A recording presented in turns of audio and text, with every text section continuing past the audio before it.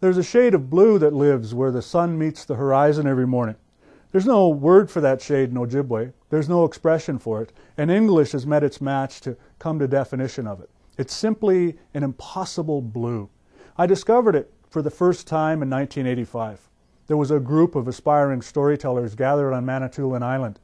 We were there to sit with elders, hear stories and teachings, and work at incorporating those into the work we would do as storytellers. The elders instructed us to get ourselves outside early in the morning.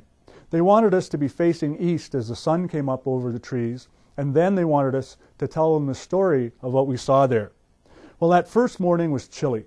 There was frost and the taste of ice in the wind, and sitting on a large rock while first light broke on the horizon was hard. But I sat there and watched and waited for something to occur. At first there was nothing. Then I began to discern swirls and shapes and patterns in the sky as the sun rose higher. I saw a wild palette of colors I never imagined. I was awed and floored by it.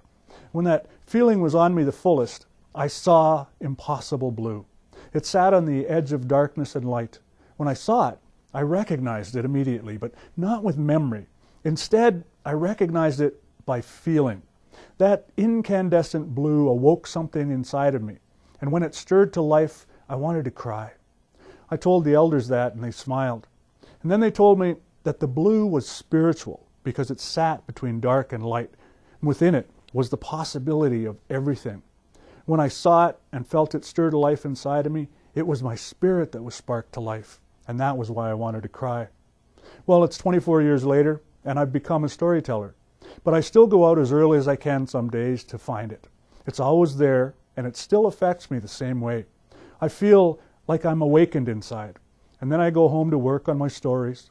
And I think we should all find that impossible blue in the sky and in ourselves. It lets us tell the story of our lives.